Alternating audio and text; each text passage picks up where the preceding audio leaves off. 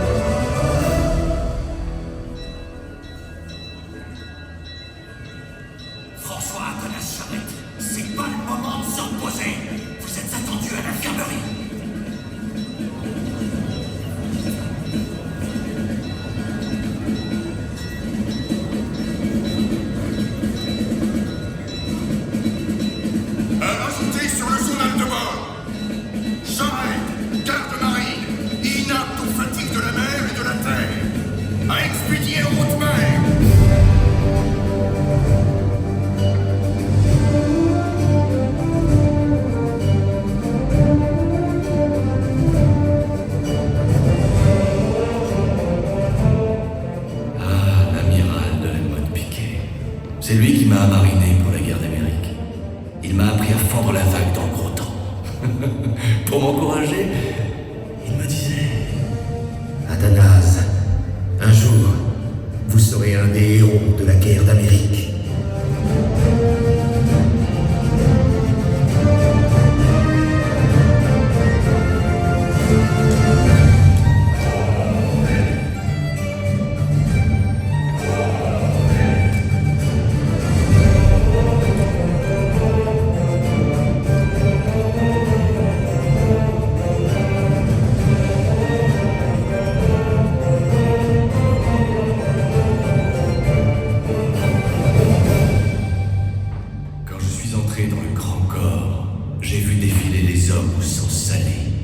Je ne savais pas que je finirais par aimer la tempête et la mitraille. Et voici l'Amérique. La bataille des Saintes. Puis le combat contre les barbaresques, les ports grecs, Constantinople, la sublime porte.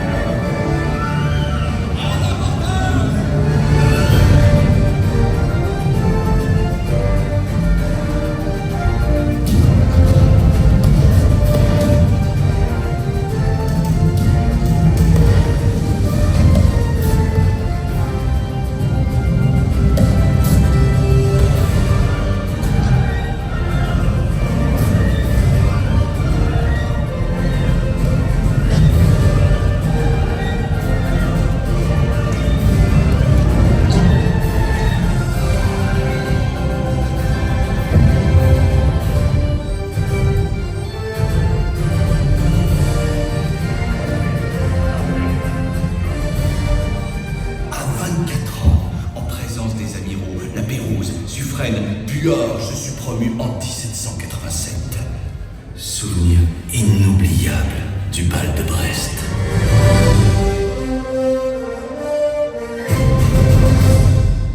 François Athanase Charette, vous êtes nommé aujourd'hui lieutenant de vaisseau. Votre galon vous est remis par le général Washington. Mes félicitations. Quelle sera votre devise? Combattu souvent, battu parfois, abattu jamais.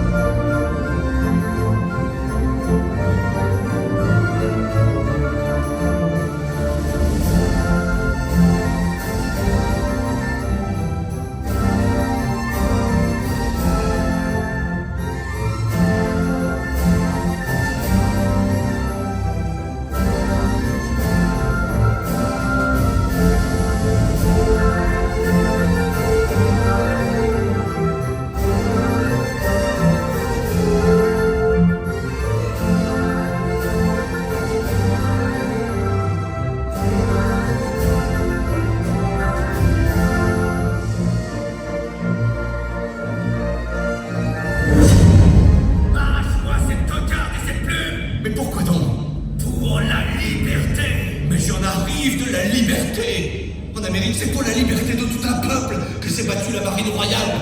Il n'y a plus de marine royale. Il n'y a plus d'officiers de marine. C'est fini. Je m'en vais. Chez moi. En mon logis de Fort Close. Il faut exterminer la race rebelle. Il faut dépopulationner la Vendée.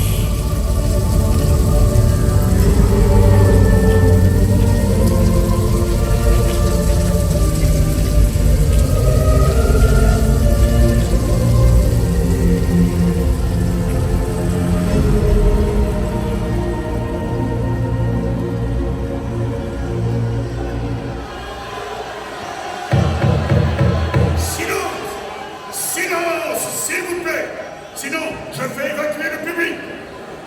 Il nous faut traiter aujourd'hui de la question des rebelles de Vendée. La terreur est inscrite à l'ordre du jour. Chers collègues,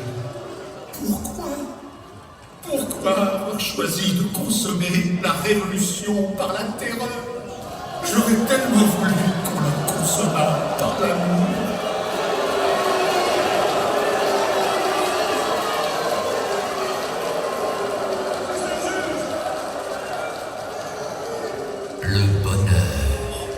Le bonheur est une idée neuve en Europe. C'est par principe d'humanité qu'il faut purger la terre de la liberté de ces monstres. Ne vaudrait-il pas mieux envoyer en Vendée des prédicateurs patriotiques, éduqués, plutôt qu'exterminés? Un peu de discipline, s'il vous plaît, mes chers collègues. La parole est à Maximilien Robespierre. Comment se peut-il qu'il y ait encore, sur ces bancs, des représentants du peuple qui refusent de comprendre que ce qui est en jeu, c'est tout simplement le recommencement absolu de l'humanité? On conduit le peuple par la raison, les ennemis du peuple par la terreur. Il faut en finir avec la Vendée. Car nous sommes, mes chers collègues, devant un terrible dilemme. Ou bien la Vendée est déclarée coupable et la Révolution est innocente. Ou bien la Vendée Vendée est déclarée innocente. Mais alors, demain pèsera sur la Révolution tout entière pour la suite des temps. Et sur chacun d'entre nous, un terrible soupçon. La parole est au rapporteur du décret de la Convention sur la Vendée. Monsieur Barret, vous avez la parole. Citoyens, la Convention vous propose une exhortation simple. Détruisez la Vendée. C'est là qu'il faut frapper. Il faut changer jusqu'à son infâme dénomination. Il faut dépeupler la Vendée. Mes chers collègues, il faut tout brûler.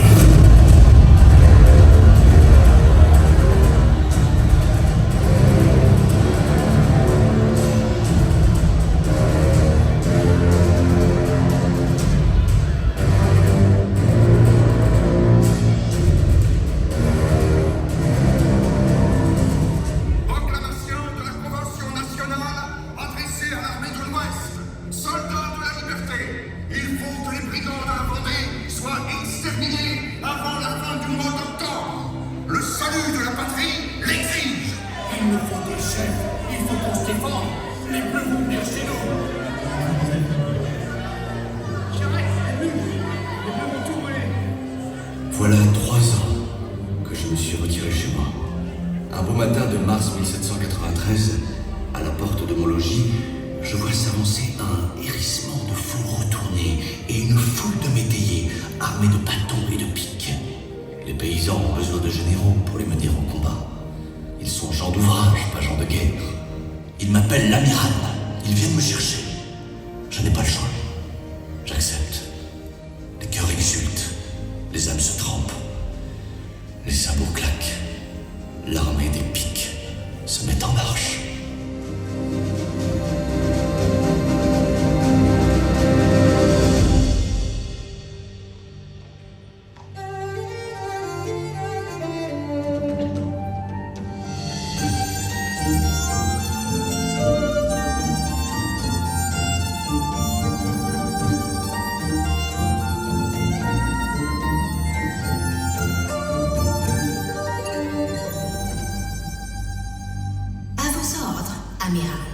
Qui êtes-vous, madame? Je suis Céleste Bulkley, l'épouse d'un sous-lieutenant irlandais au service de la France, William Bulkley. Vous êtes venu ici? Pourquoi? Pour vous apporter ce cadeau que j'ai confectionné.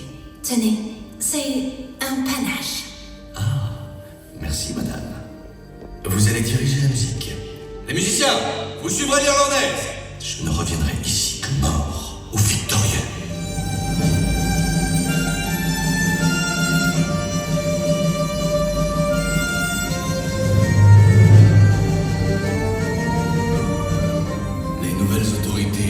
La maison en son cœur. Là où repose en paix sous la poutre maîtresse, cette petite demeure invisible qui noue la coutume, la parole et les visages oubliés, les croyances ancestrales aujourd'hui bousculées, culbutées, souillées. Alors a jailli du sillon la sommation vitale d'un petit peuple. Moi je sais que ce n'est pas la faim, la pauvreté, l'espoir qui ont jeté sur le bord des chemins creux tous ces humbles chefs de famille. C'est une insondable détresse. Le ciel s'est déchiré. Ils sont partis avec le fusil de chasse. C'est l'embuscade.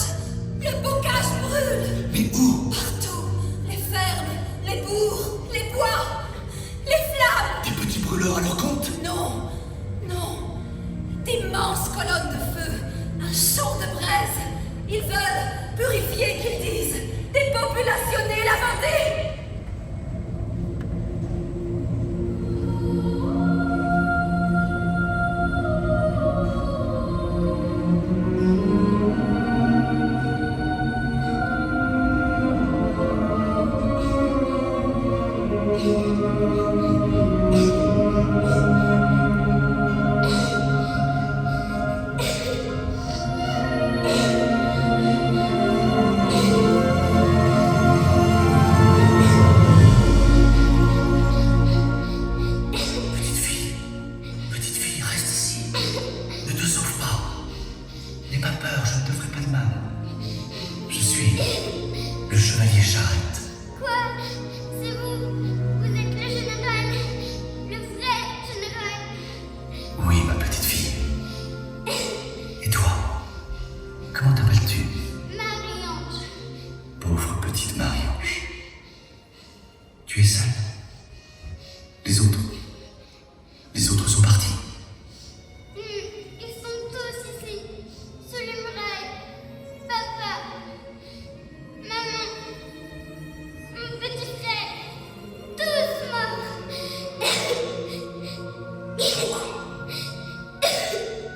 Pourquoi, mon Dieu?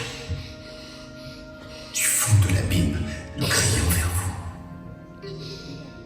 Oh, donnez-moi les mots de consolation pour que vive cette petite fille. Dis-moi, Marie-Ange, c'était ton église? Oui, on était enfermés dedans. Les bleus sont arrivés et ils ont tout brûlé. Tu habites dans l'eau? Oui, au Petit Luc. Tu vas retourner au village? Il n'y a plus de village. Tu ne veux pas rester ici? Non, je veux que vous m'emmeniez avec vous, général. Allez, viens, Marie-Ange. Petit ange.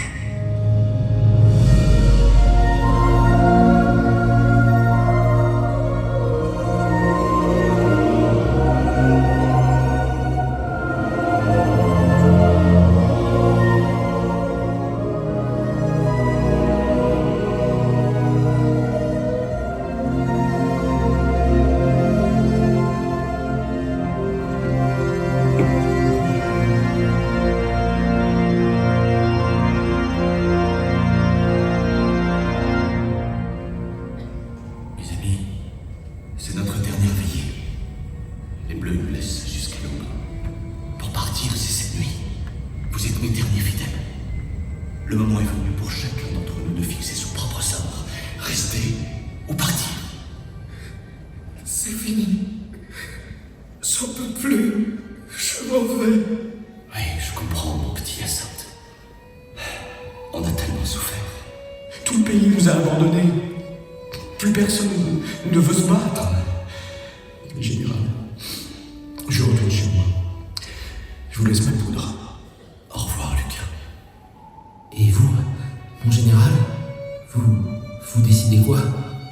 Moi, je n'abandonnerai ni mon pays, ni mes soldats. Je reste. Pour vous, partir, c'est vivre. Pour moi, partir, c'est mourir. À ce pourquoi j'ai vécu. Pour que notre cause survive, il ne faut pas que la petite lumière s'éteigne. Si on meurt, la cause mourra avec nous. Alors, C'est l'inverse. Si nous vivons, la cause périra. Si nous périssons, la cause vivra. Les bleus le savent très bien. Pas question de leur tenir la chandelle. La petite lumière, elle est ici. Pas ailleurs. Je reste. Nous, les femmes, on restera tant que flottera le dernier panache. Non, l'Irlandaise. Toi, il faut que tu partes. Il est temps que vous, les Amazones, vous rejoigniez vos familles. Vous savez très bien que de famille, je n'en ai plus. Oui, je sais. Mais je ne peux pas vous garder ici. Ils vont nous saigner comme des sangliers.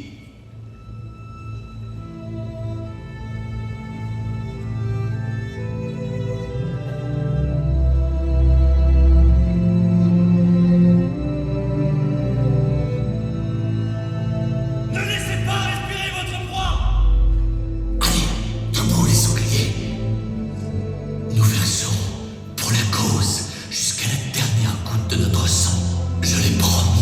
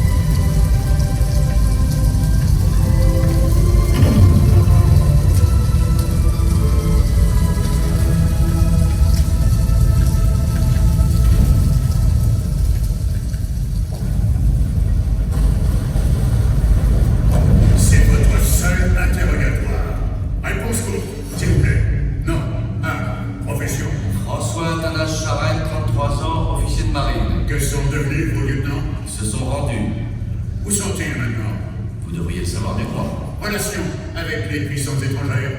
Aucune. Et vos complices? Aucun.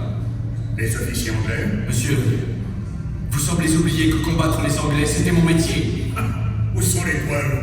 La guerre d'indépendance, ça ne vous suffit pas comme preuve? Je suis lieutenant de vaisseau. Dans ma vie, j'ai porté deux causes. L'Amérique et la Vendée. La liberté du peuple. Et pourquoi cette plume blanche qui vous désignait si imprudemment à vos adversaires? Une vieille tradition de la royale.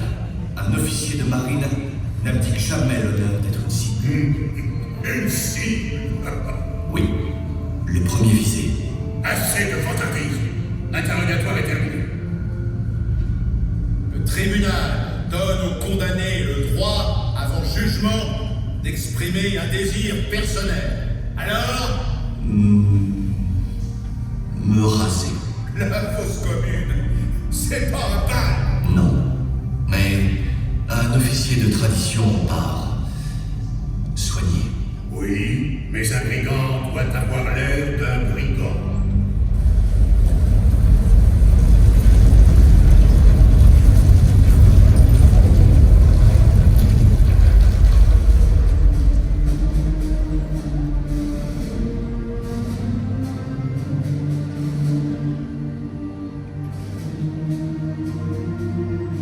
J'ai 33 ans.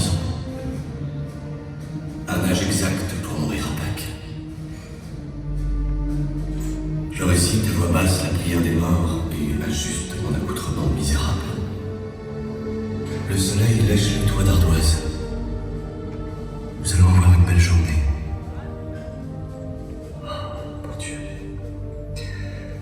Qu'il est dur de partir. Sur la place, 5000 hommes de troupes forment un immense carré d'exécuteurs. Au milieu, une dizaine de généraux, derrière travaux. On m'adosse à un mur. Je refuse qu'on m'attache et qu'on me bande les yeux. Je veux voir la mort en face. Le chef du peloton hésite, puis hurle. soldats, en joue! J'en appelle à travaux, il sursaute. Puis, en imposant la main, il fait arrêter le cliquetis. Il vient vers moi, à pas lents. D'officier à officier, je lui demande une faveur. Pouvez-vous m'accorder la grâce de diriger le feu moi-même? Il hésite, se retourne. Il se sent surveillé, conciliabule. C'est accordé. Je veux que la dernière image de ma mort soit empreinte d'élégance, jusqu'à la manière de m'affaisser. Un officier français ne tombe pas en s'écroulant. N'y aurait-il à cet instant qu'un seul regard pour surprendre le geste, ça suffirait. Rien ne se perd jamais. Le peloton attend. Il obéit. Par un commandement muet, je lui fais signe, en mettant le doigt sur mon cœur. C'est là qu'il faut tirer. C'est là qu'on frappe à brave.